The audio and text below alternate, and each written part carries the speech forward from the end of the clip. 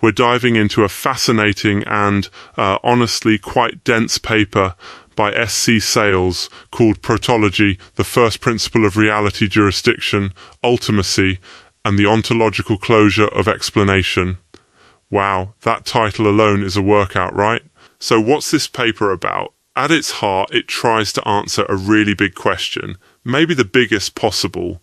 What is the first principle of reality? What ultimately explains everything else, but isn't explained by anything ever? That's a wild question. It matters because if you keep asking why or how about reality, science, logic, or experience, eventually you hit a wall.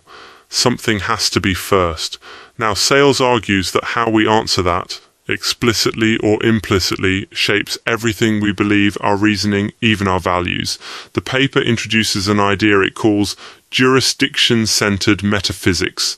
So instead of prioritizing evidence and method, it says, let's talk about authority first. What gets to judge all other things without being judged by anything outside of itself?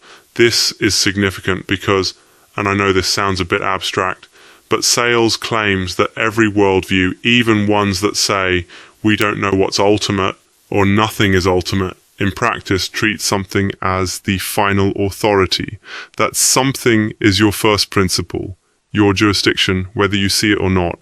Let's walk through the main findings and arguments in the paper, because I know this kind of metaphysics can feel pretty removed from everyday life. Sayles says that, look, intellectual collapse, when ideas start to fall apart, doesn't usually happen at the end, but at the beginning.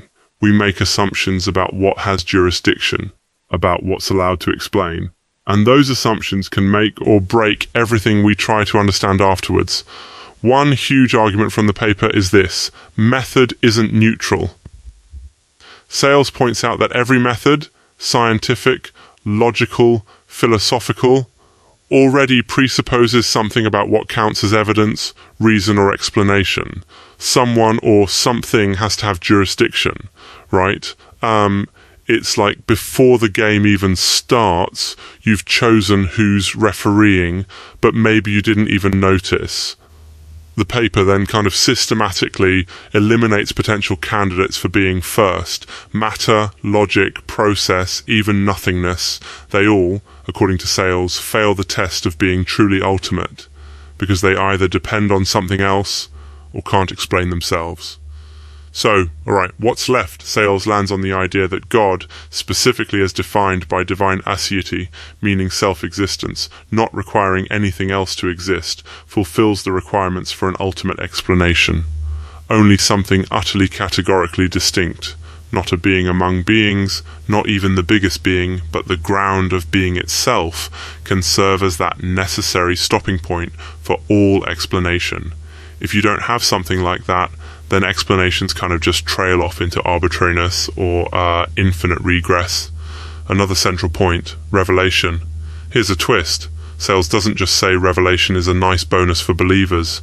He argues it's an ontological necessity for explaining origins.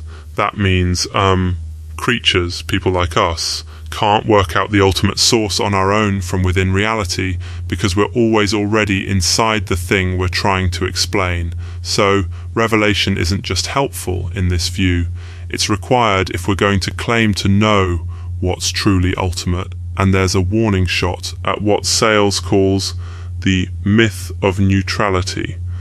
The idea that we can ever approach the question of origin, the first principle, without smuggling in some prior commitment. Even saying there's no ultimate authority is itself an ultimate claim. The paper can challenge us to look at our own assumptions. What's your jurisdiction? Who or what gets the final say in your logic, your science, your ethics?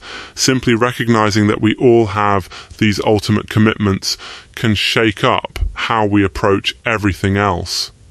In closing, Protology, as Sayles lays it out, isn't trying to build a comprehensive origin story for curiosity's sake. It's a kind of metaphysical discipline, a way of setting the boundaries around explanation so our thinking doesn't spiral off into incoherence.